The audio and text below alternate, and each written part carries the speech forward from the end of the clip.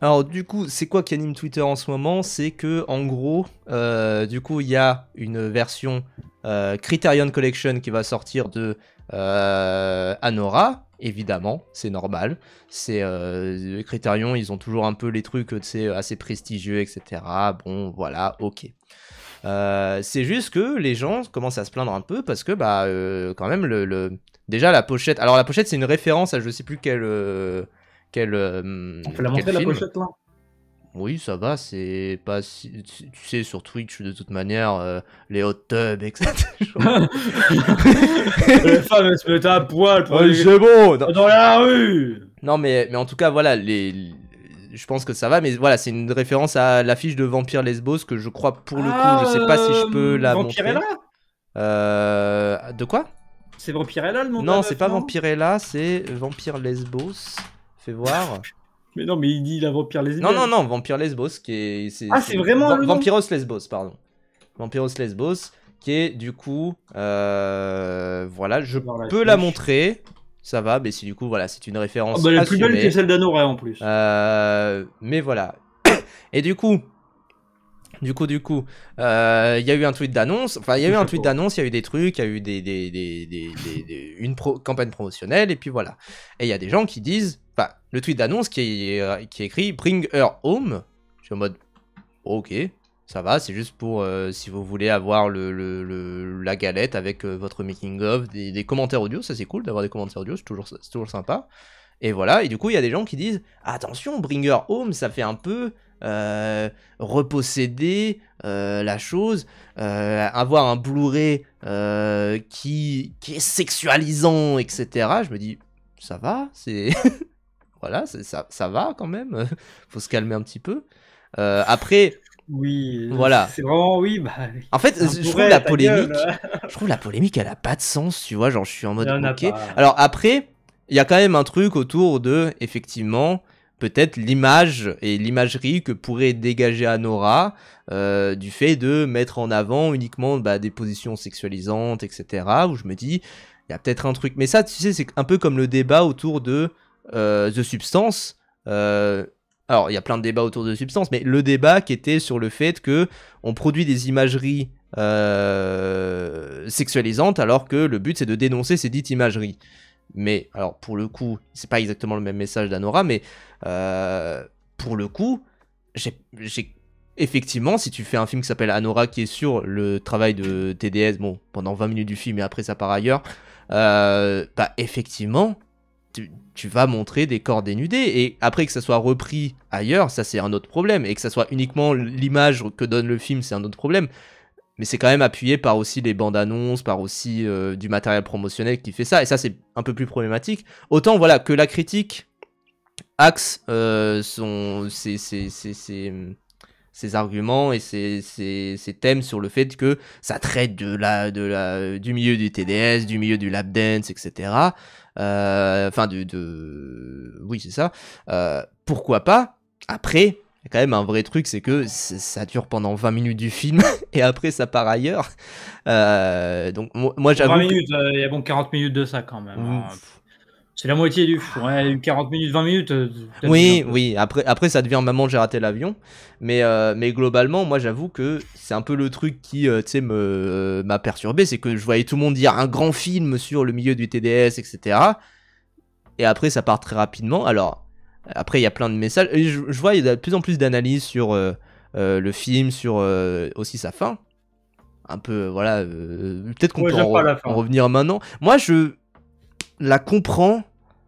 Non, mais je vois ce qu'il veut Après, dire en mode, il y a le côté passion triste, machin, la meuf qui s'attache à quelqu'un, la seule qui le comprend et elle se sent obligée de baiser avec lui, hmm, parce qu'elle connaît que ça, mais je peux pas m'empêcher de voir un peu un truc incel de le nice guys, oui. bah, en fait, il baise la meuf à la fin, tu vois. Mais quand bien même, ça serait 2 heures de TDS. Je dis pas ça, je dis juste que on nous a vendu ça comme le grand film de TDS, etc. Que ce soit dans la critique, que ce soit même dans du matos promotionnel, hein, de souvenirs. Et finalement, c'est là que 40 minutes. Je me dis, bon, ok. pas non plus, voilà. Après, ça, le fait qu'elle soit utilisée par tout le monde, qu'elle soit vue comme un obstacle et tout ça, c'est lié à sa condition de TDS. En fait, le film ne peut pas exister si elle n'est pas TDS. Bah, c'est Donc, lié ça au reste quand fait même un qu'elle film est. qui parle de cette condition-là. C'est lié au fait, et d'ailleurs, c'est un peu ce que note le tweet aussi, c'est de dire maintenant que Anora, haha, le nom qu'elle déteste, dont elle déteste se faire appeler, est en DVD et Blu-ray, vous pouvez l'avoir pour vous. Et tu te dis, bah. En fait, l'argument de dire Anora, c'est le nom qu'elle déteste, oui, c'est le but. C'est le but de montrer qu'en fait, ce personnage-là est totalement transporté de bout à l'autre de son propre monde et qu'elle n'a aucun contrôle là-dessus et que même un jeu pour les milliardaires, quoi. Voilà, et que en fait elle est à la tutelle de n'importe qui a de l'argent et du coup elle n'a pas tellement de libre arbitre finalement, quand bien même elle a envie d'en avoir, elle a envie d'avoir ce paraître là. Mais à côté, finalement, elle est totalement transportée par plein d'autres trucs, quoi. Et du coup, c'est un peu une partie du message, c'est que même le titre du film, c'est un nom qu'elle déteste, et puis basta. Et même ça appartient aussi à la promo, et ça, même ça, il y a une sorte de métadiscours autour du fait que, même dans sa promo, c'est des positions sexualisantes pour elle, quand bien même dans sa vie de tous les jours elle a pas envie de faire ça et pour elle c'est juste un métier comme un autre et puis basta quoi.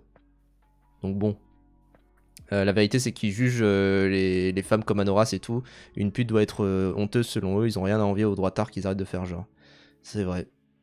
Mais voilà, en tout cas, encore du puritanisme autour d'Anora, ça fait un peu... Même si je trouve que le film, enfin la jaquette représente absolument pas le film qu'est Anora. Hein. Bah encore une fois, il y a ce truc où nous de toute façon c'est notre avis sur Anora, c'est pas un mauvais film, mais à chaque fois que je vais voir un film qui était nommé à Cannes, je me dis quand même c'était un peu meilleur qu'Anora. Après il est bien Anora, hein, c'est bien. Hein. Oui. Mais il est pas dans le top. Pour moi il est vraiment pas dans le top. Hein. Mais bon. Bah on l'a, tu sais je me souviens on a fait nos top flops et à la fin on a fait oh putain c'est vrai il y a Anora qui est sorti. Oui, quand on parle des meilleurs films de l'année, celui-là, il est loin je suis loin d'y penser, mais comme je suis très très loin de penser à Emilia Pérez aussi. Hein, oui, clairement. C'est une dinguerie quand Emilia Pérez va tout rafler, donc je suis vraiment... Après, moi, Emilia Pérez, j'aurais pu peut-être le mettre dans des rattrapages. Juste parce que c'est Jacques Audiard, hein, c'est juste pour ça que je préfère, mais bon, je trouve Emilia Pérez moins bien qu'Anora. Hein. Mais ouais, mais en tout cas, d'ailleurs, Emilia Pérez, qui là est vraiment sur une très très bonne voie pour les Oscars, donc... Bon, on est à la fois un peu content et peu trop content. Enfin, de toute manière, on est en mode bon, tant mieux pour Jacques Audiard. Moi, je suis content pour sa carrière et tout. Mais bon. En fait, ça dépend les autres films, ce qu'il va prendre aux autres films. Parce que moi, tu sais, je rappelle les Oscars derniers, Emma Stone, très très bien. Elle n'a pas démérité son Oscar. Mais à la fin, c'est Lily Gladstone, quoi. Il y avait Lily Gladstone. Ouais. Tu vois. Donc, ça casse les couilles. Ça va ignorer l'Empire. Du coup, ça me cassait les couilles qu'Emma Stone ait l'Oscar pour un rôle que j'ai vraiment kiffé d'elle, d'un film que j'ai vraiment aimé. Donc, vu la polémique, c'est mort. Après, la polémique, elle est vraiment axée sur Twitter. Hein. Alors, axée sur Twitter et Instagram aussi. Faut se calmer aussi. Mais ça continue à avoir des prix à droite à gauche, hein, vraiment. Donc bon, je vois pas pourquoi ça n'en aurait pas. Peut-être The Brutalist va gagner un truc, c'est possible, mais voilà. Vivons qu'on le voit ce film-là. Et oui, j'ai hâte. Putain, pour le coup, film de 3h20. D'immense Chad, quel réalisateur. Hein. Film de 3h30 sur un juif qui est rescapé de la Shoah avec un entracte au milieu.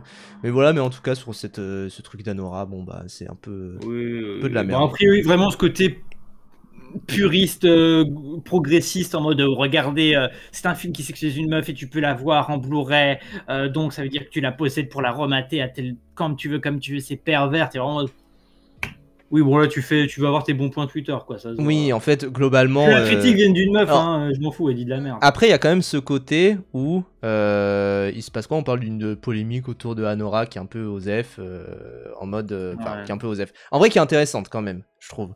Sur le côté, le personnage est constamment sexualisé dans certaines campagnes promotionnelles. Tu dis, il y a quand même quelque chose, ok, pourquoi pas. Le truc, c'est qu'après, les arguments, c'est de dire, vous l'avez en DVD Blu-ray. Alors après, il y a un vrai sujet, tu vois, c'est de se dire, des mecs qui chez eux ont cette affiche d'Anora en grand, fait un peu flipper, tu vois, il y a ce côté-là. Et je trouve qu'en plus, cette affiche, bon, je trouve pas très jolie, mais c'est pas le sujet. Je trouve que ça représente pas le film. Bah, c'est toi qui parles de l'exemple de l'affiche. Non, mais la je trouve que ça c'est pas une question d'être. Je croyais en mode. Mikey Madison n'est pas très jolie. Je me suis mais t'es con, oh là là. Vraiment, mais qu'est-ce qu'il a non, en fait, ça m'a surpris toi. l'affiche. Mais oui, de pas trouver l'affiche très belle, oui, d'accord. Mais tu sais, il y a des gens, ils ont des affiches chez eux de. Mais surtout que ça représente vraiment pas le film, donc. Oui. Mais tu sais, il y a des gens, ils ont des affiches chez eux. Après, j'arrive pas, tu sais, à en penser à une, genre vraiment juste une meuf, genre tu sais, jeune et jolie, tu vois, de Ozon. Ils ont cette affiche-là chez eux. Plus esthétique, tu vois, il est moins.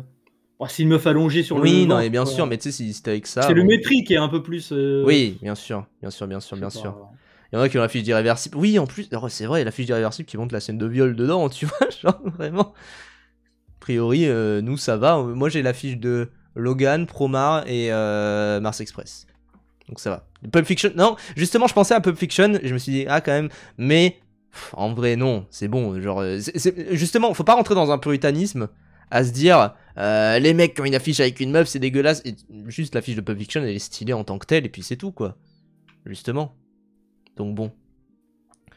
Mais oui, il y a rien dessus, quoi. C'est juste, encore une fois, le côté où. Surtout quand vous achetez un Blu-ray chez Criterion Collection, a priori, vous supportez quand même des plus petites sorties. Un peu plus confidentiel. Oui, bon, ces critères ont l'air d'être les big boss de l'édition quand même, quoi. Ouais. D'auteur, en tout cas. En tout cas, ouais, d'auteur, c'est sûr. Après, Rose et Chevalier dose, hein, les affiches déco, c'est pas l'équivalent des Funko Pop. Oui, quand même, ça va. Dose. Mais a priori, voilà, vous pouvez quand même avoir chez vous, en Blu-ray, Anora, y a pas de problème. Ça va, on valide. En tant que ministre du wokisme, nous validons. Tiens, mais d'ailleurs, en parlant de Blu-ray, machin et tout, de posséder des femmes, il y a un pote qui m'a donné.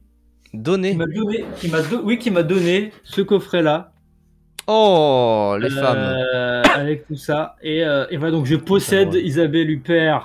Je possède. Là. Je possède les femmes. Je l'ai capturé dans mon. Je les ai capturées de manière sexuelle dans mon petit disque.